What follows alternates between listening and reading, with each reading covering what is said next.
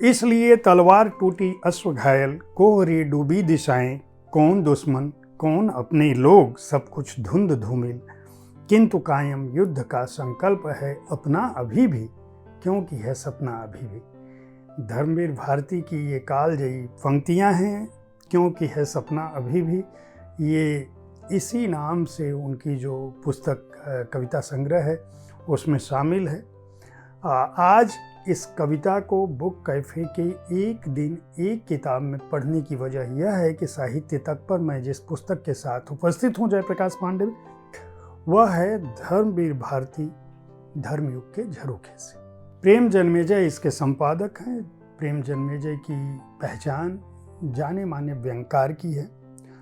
13 से अधिक व्यंग्य संकलन उनके प्रकाशित हो चुके हैं। 3 व्यंग्य नाटक, 2 संस्मरणात्मक पुस्तकें भी आ चुकी हैं, 1 काव्य संकलन, 2 आलोचनात्मक पुस्तकें, बहुत सारी पुस्तकें लिख चुके हैं। 23 से अधिक संपादित पुस्तकें हैं। जाने माने साहित्यकार हैं।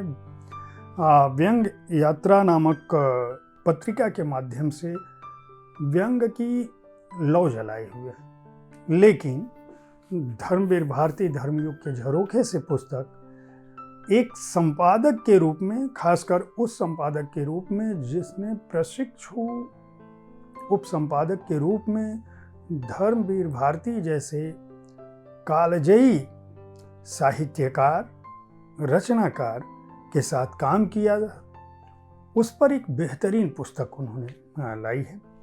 और इसकी वजह ये थी कि प्रेम जन्मेजय का कहना है इस पुस्तक को संग्रहित करके पाठकों के समक्ष लाने के पीछे एक दिन उनकी पुष्पा भारती जी से, जो धर्मवीर भारती जी की अर्धांगिनी है, और माना यह जाता है कि धर्मवीर भारती ने अपनी जो उम्दा काव्यखंड है कनुप्रिया नाम का, वह जिस पर लिखा था, जो उनके जीवन की असली कनुप्रिया थी, उन पुष्पा भारती जी के कहने पर यह पुस्तक प्रेम जन्मेजय ने इसे पूरा करने का बीड़ा उठाया। पुष्पा जी का मानना था कि धर्मवीर भारती के जीवन पर, उनके साहित्यिक कर्म पर, उनके लेखन पर बहुत सारी बातें हुई हैं, लेकिन धर्मवीर भारती ने बतौर संपादक क्या कुछ किया है, उस पर जो काम आना चाहिए, जो बात आनी चाहिए, जो विचार आने चाहिए, वे उस रूप में नहीं आ सके हैं जिस रूप में आना चाहिए। जब ये चर्चा पुष्पा भारती जी प्रेम जन्मेजय से कर रही थी तो उनके दिमाग में वही प्रेम जन्मेजय थे जो शुरुआती दौर में उनसे मिले थे, जो युवा थे। उन्होंने बहुत ही हुलास के साथ सामने का वह घर भी दिखाया जहाँ कभी सचिन तेंदुलकर रहते थे, खिड़की से वह भी हिस्सा दिखाया जहाँ कभी बच्चन जी बैठा करते थे, और यादों की पोटली लेकर धर्मवीर भारती जी की वह बैठ गए। इस पुस्तक में प्रेम जन्मेजय ने भूमिका में ही इस बात का उल्लेख किया है। यह भूमिका उन्होंने एक प्रशिक्षु संपादक के झरोखे से इस नाम से लिखी है, और उसमें पूरा उस बात का एक कहेंगे भावनात्मक उल्लेख किया है कि किस तरह से इस पुस्तक की नींव पड़ी। और उनका यह मानना है कि चूंकि धर्मवीर भारती के जीवन में धर्मयुग की इतनी बड़ी स्थापना थी और इतना प्रभाव था कि उनके जैसा बड़ा रचनाकार, जिसने भारत को गुनाहों का देवता, अंधा युग, कनुप्रिया, बंद गली का आखिरी मकान जैसी कालजयी कृतियां दी थी, लोकप्रिय कृतियां दी थी, उस व्यक्ति ने मार्च 1960 में जब धर्मयुग का पहला अंक निकला और 21 नवंबर 1987 तक जब उसका अंतिम अंक आया, तब तक लगभग 33 वर्षों तक उनकी कोई कृति नहीं आई थी।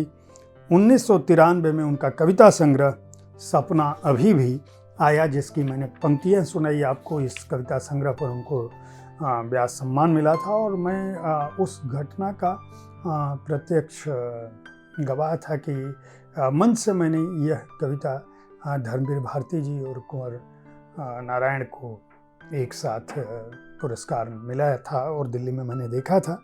इस संकलन में की जो ये संपादित पुस्तक है धर्मवीर भारती की, इसमें इतने सारे बड़े लोगों ने लिखा है कि मैं उस पर विस्तार से जाने की बजाय मैं ये बताना चाहूँगा कि कुल 61 लेख, संस्मरणात्मक लेख इस पुस्तक में संकलित हैं, जिन लोगों की बातें धर्मवीर भारती पर, उनके संपादकीय कर्म पर, धर्मयुग पर और धर्मयुग से जुड़े अनुभवों पर लिखी गई है।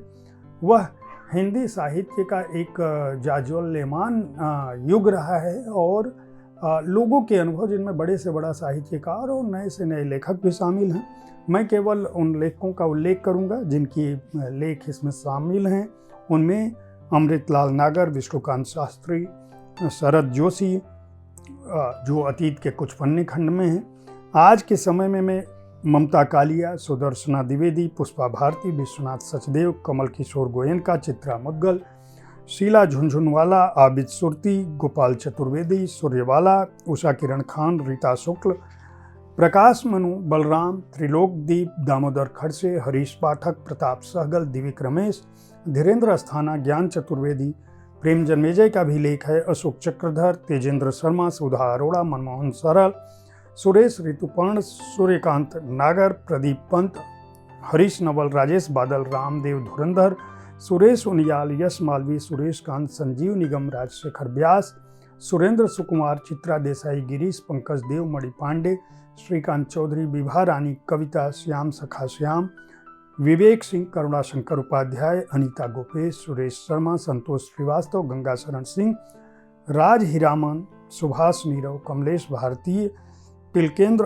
अरोरा, प्रबोध कुमार गोविल, रामस्वरूप दीक्षित, सुभाष काबरा, वीरेंद्र जैन, तपेश भौमिक, कमलेश पाठक, रणविजय राव, रेणुका अस्थाना, सुरेश कुमार मिश्रा, उर्तृप्त, केवल सूद और प्रेम बीज के संस्मरणात्मक लेख हैं। यह धर्मवीर भारती के संपादन कर्म के बहाने उस समूचे दौर के साहित्य जगत और साहित्य और पत्रकारिता में किस तरह का सामंजस्य था, किस तरह की उत्कृष्ट पत्रकारिता उस दौर में होती थी और धर्मवीर भारती ने धर्मयुग के माध्यम से कितने बड़े पत्रकारों, संपादकों, साहित्यकारों को हिंदी साहित्य जगत के सामने रखा, हिंदी जगत के सामने रखा, विश्व हिंदी जगत के सामने रखा। उनकी दृष्टि कितनी व्यापक थी, किस तरह के वो प्रयोग कर रहे थे, इन सब के बारे में एक अद्भुत पुस्तक के रूप में सामने आती है।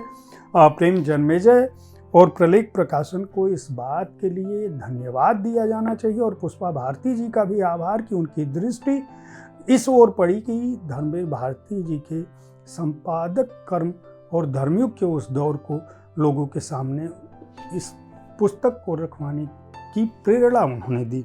इस पुस्तक में कुल 480 पृष्ठ हैं। प्रलेख प्रकाशन ने प्रकाशित किया है। मूल्य 599 रुपये है। हिंदी साहित्य और हिंदी जानने वाले सभी लोगों के लिए यह एक ऐसी पुस्तक है जो आपके घर में निश्चित रूप से होनी चाहिए। उम्मीद है साहित्य तक का यह एपिसोड आपको पसंद आया होगा। इस कार्यक्रम में आप किस तरह की पुस्तकों की चर्चा चाहते हैं, इसके बारे में अपनी राय से हमें ज़रूर अवगत कराएं। हमारी कोशिश होती है कि विविध विधाओं की पुस्तकों के साथ आपके पास पहुंचूं ताकि आपको अच्छी पुस्तकें चुनने में आसानी हो। कल ठीक इसी समय ऐसी ही किसी एक किताब के साथ फिर मिलूंगा। देखते रहें साहित्य तक। धन्यवाद।